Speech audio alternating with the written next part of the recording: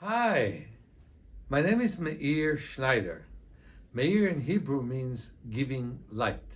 In fact, my book Vision for Life, that once translated to Hebrew, was called Meir Einayim, which means giving light to the eyes. I was born with cataracts to deaf parents. This is a normal lens, and this is mine after 5 surgeries. Look at the difference. And so I was reading Braille when I was a kid. In fact, I was the quickest Braille reader already in 6th grade in the whole state of Israel. Only one student in university could read as quickly as I did. And as soon as I learned about natural vision improvement exercises, I felt like I had my second birth. So I was born to my wonderful mother, and then I was born into a new concept of life. Life which is full of happiness and new quest. And that is so important. I want you all to have a purpose in life. My grandmother was so lovely. I loved her so much. But she decided that she lives for the kids and for the grandkids. And every time I came to her and visited Israel, I would massage her, would take nice walks. We loved each other very much.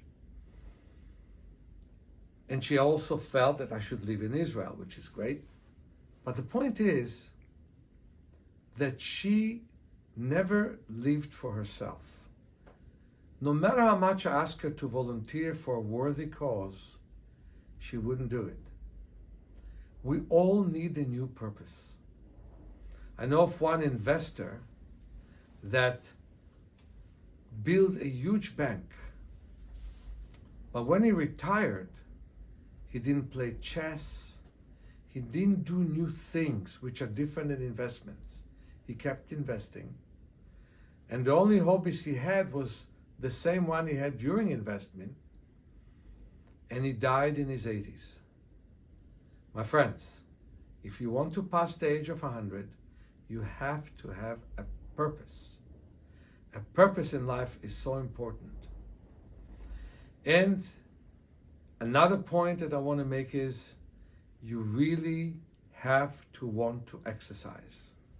So many people became couch potatoes, and they're not moving, and they're not doing anything with themselves.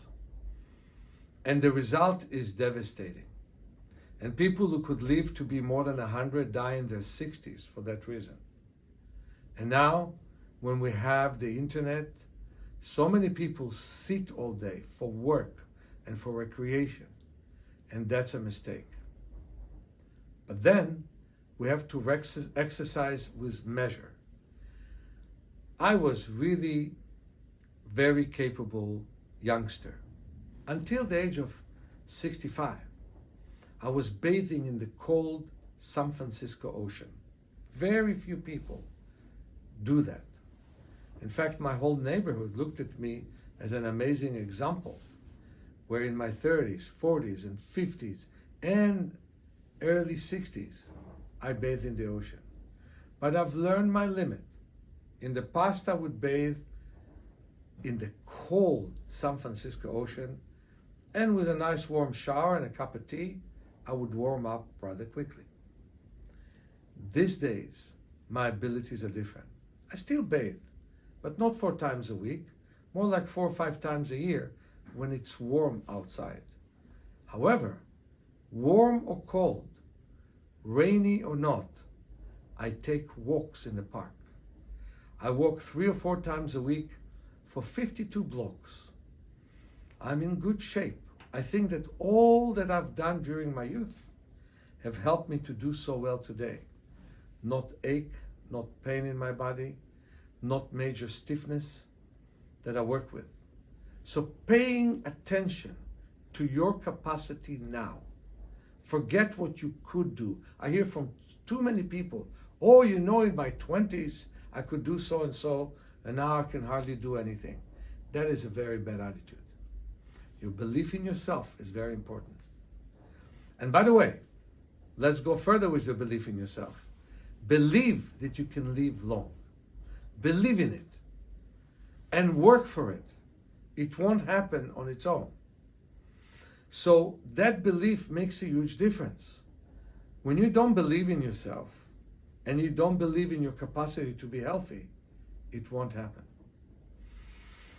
One of the most important things in your life is to pay attention to your body, to enroll muscles you never enrolled before, to build kinesthetic, deep inner awareness of the body that comes with breathing and with incredible sense of self, where you start to move muscles you never moved before. Study them, feel them, wake them up, and you will really do well for that. Don't allow to any stiffness to escalate. Don't allow to any stiffness to creep in. Loosen yourself up. And very important, you have to forgive others for what they did to you and to forgive yourself of what you did to others. There was a woman who was supposed to die within a couple of months when she was in her 70s that came to my therapy in her mid-90s. When she was told that she's about to die, she started to become metaphysical and she forgave everyone in her life. And the result is 25 more years of life. Being neutral, not resenting, not hating, feeling good with yourself. That is the beginning of continuation of life. So feel creative, feel you have a purpose, believe in yourself, exercise, modify your exercises, do them to your capacity, and enlarge what you can do by discovering muscles you have not discovered throughout your life. Do that, and we'll see you around for dozens of more years. Love you all, Meir.